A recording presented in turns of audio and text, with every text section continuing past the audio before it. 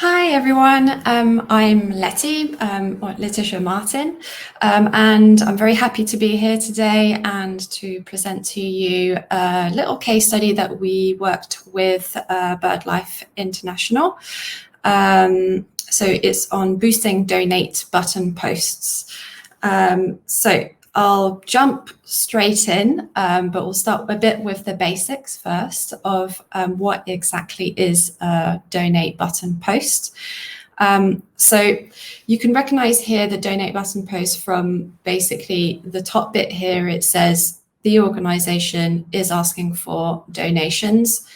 And essentially what a donate button post is one of your organic posts, so a post that appears on your Facebook feed, and you're adding a donate button on the bottom.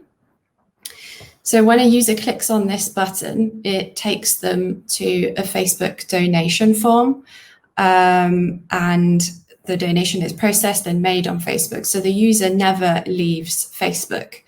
So needless to say that if you wanted to do a donate button post, you have to be set up with Facebook Donate, otherwise you can't add a donate button post. So that's what a donate button post is. So what is the difference really with a donation ad that many of us see, I'm sure, in our feeds? So how you recognize it, like I said, you don't have organization is asking for donations. So that's how you can easily recognize the difference between what you call a dark post donation ad. So what a dark post ad is basically a post that does not appear on your Facebook feed, as opposed to the donate button post. It will be on your Facebook page.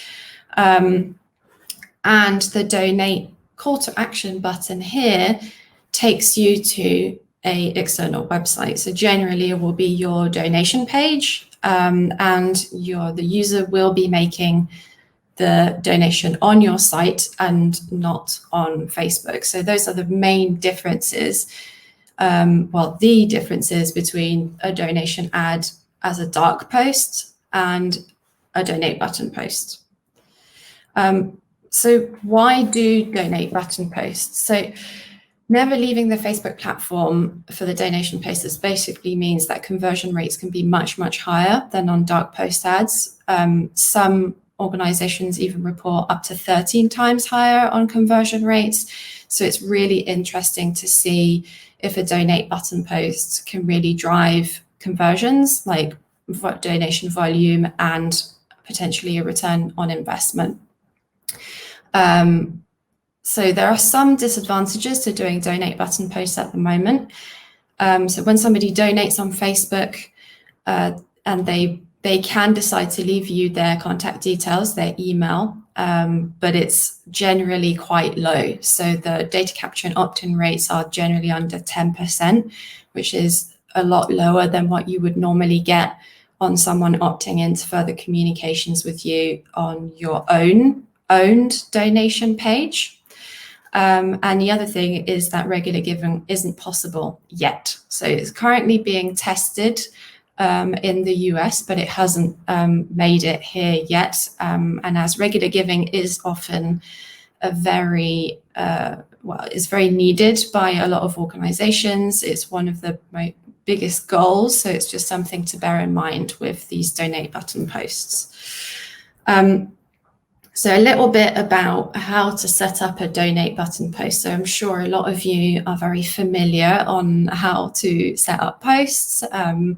So the way we did it with Birdlife International is that we simply scheduled the post through your Creator Studio on your Facebook page. So this is what it will look like here. So you just click on Create Post.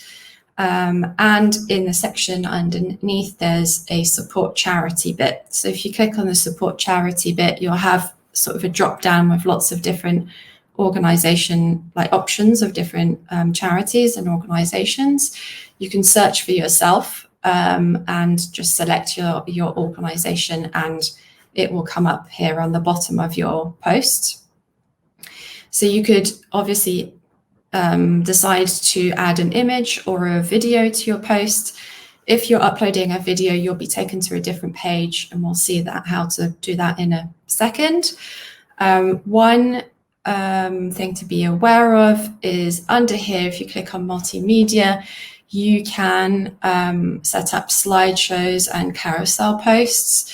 However, some of the glitches of Facebook, it means that if you do a slideshow or a carousel, the donate button post won't appear in the first instance. So what we have done with Birdlife is to simply schedule your post, and once it's live, so perhaps these are some things that you do all in the same day. Once it's live, you can add the donate button on the post manually. So it's not ideal, but you can still basically add a donate button post to your slideshow or to your carousel. But just be aware that that is one of those limitations, the quirks of using Facebook. Cool. So adding a donate button video to your post. So once you've clicked here on sharing a video, you'll be taken to this new window where you'll be asked to enter all of the information, the usual stuff that you would normally do if you posted a video.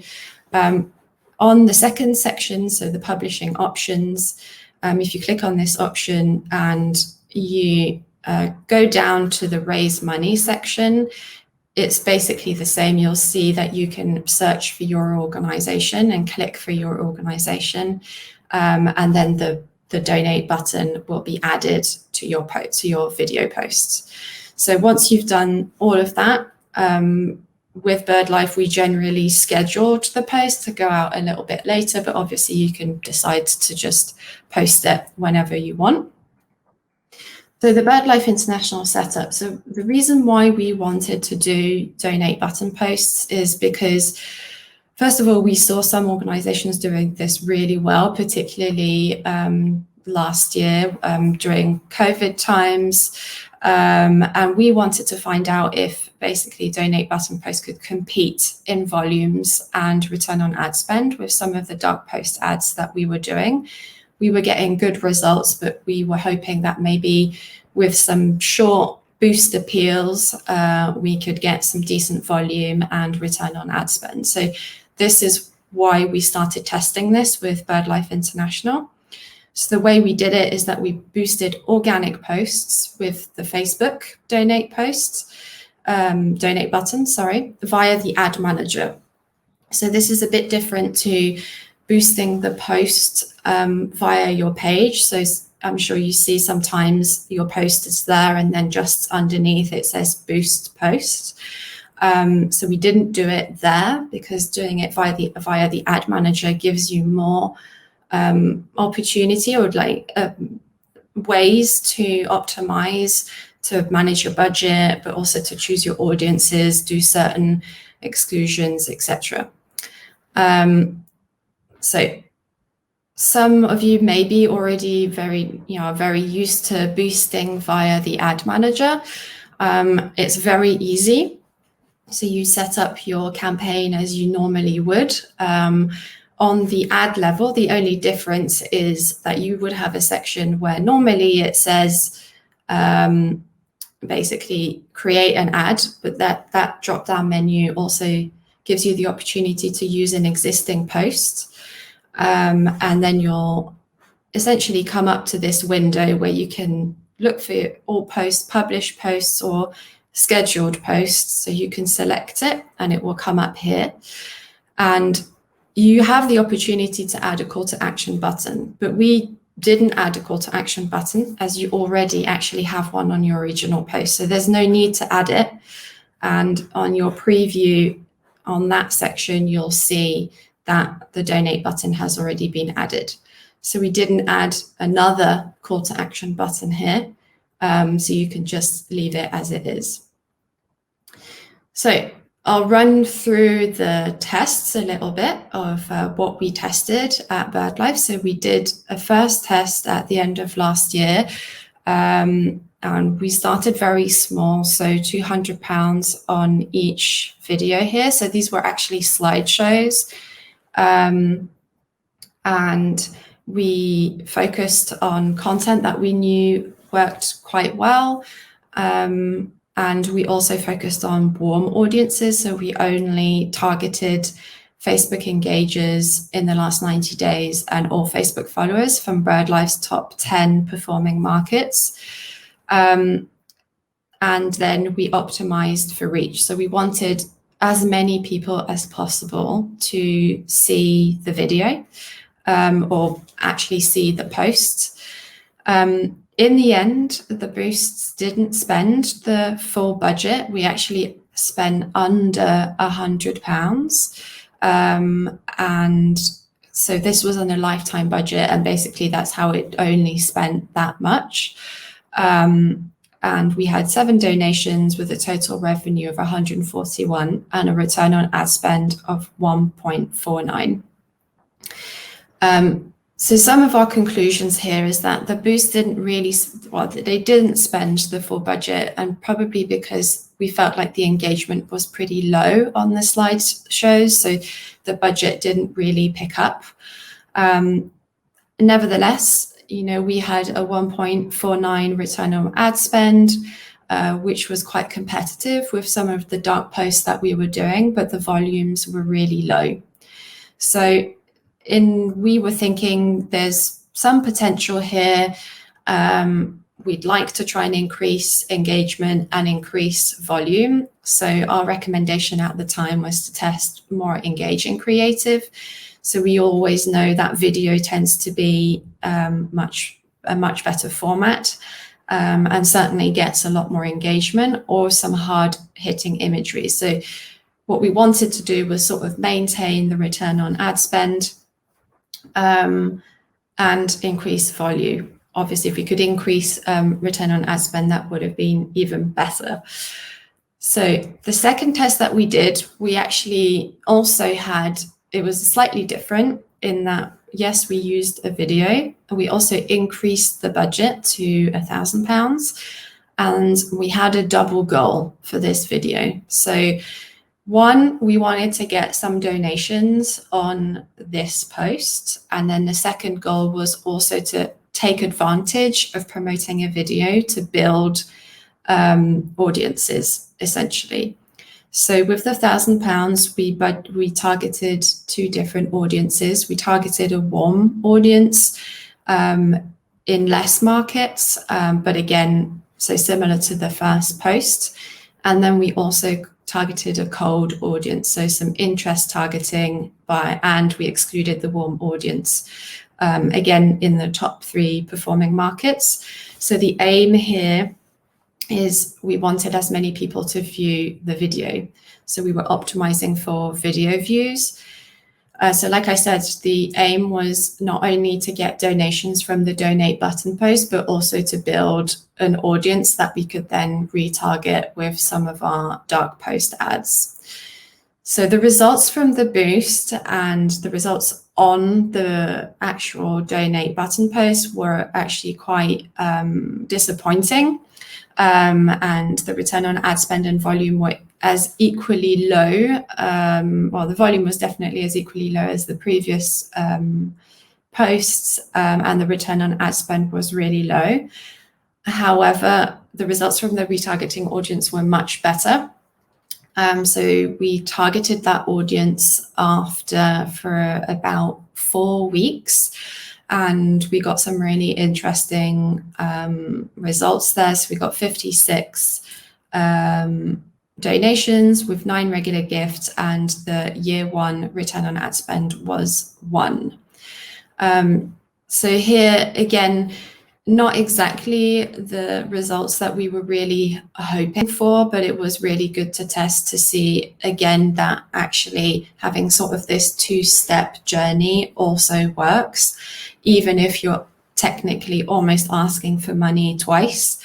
Particularly with cold audiences, they might not want to be donating to you at the first time, and they might need different content to be hit with different types of content to then make the decision to finally donate. So this was an interesting test, although in some ways a bit disappointing, very enlightening in others. So engagement was much, much higher on this boost because it was a video. So it reached 28 times more people than the slide shows. But we also think that actually potentially the video was distracting users from donating. Again, the volume and return on ad spend were very low, but we had the double goal of recruiting almost leads, if you will, so widening or retargeting audiences. So we did keep the boost running a little bit despite the low return on ad spend because of this double goal.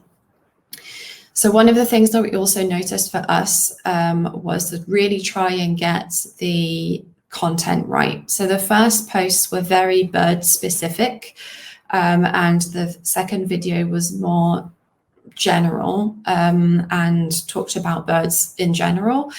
And we just generally realized that BirdLife audiences are more interested in some bird specific content. So the recommendation for us at this point then was to test some bird specific, potentially hard hitting imagery that we know works quite well on our dark posts, and to continue to prioritize warm audiences for boosts, because we would have a better chance of having a stronger return of ad spend. Although, because we were building these audiences, we were okay with having a little bit of this double, this two-step journey, basically. So this was our key learnings, essentially, for BirdLife International, was trying to get the creative right is really important. So these are the two tests that we're doing that we've done at the moment. And the second key learning would be that for us, at least, the boosted donate button posts are not likely to replace the dark post ads, but they could complement the main ad campaigns that we have running, particularly if you have that double goal of widening your retargeting audiences and testing some two-step journeys as well. So I think for one of the things for us is not only getting the creative right, and I think this is important for a lot of organizations, is to test the different approaches and getting the right creative. Is it a slideshow? Is it just a plain image? Is it a video? And I think that's just a bit different from one organization to another. But I think your timing is also really important. So some top suggestions that from this test and this learning and that I would make is to potentially wait for your organic post to get some traction before boosting. So what we did with BirdLife is that we scheduled the post and we pretty much scheduled the boost to go live. So the ad started spending pretty much as soon as the post had been posted.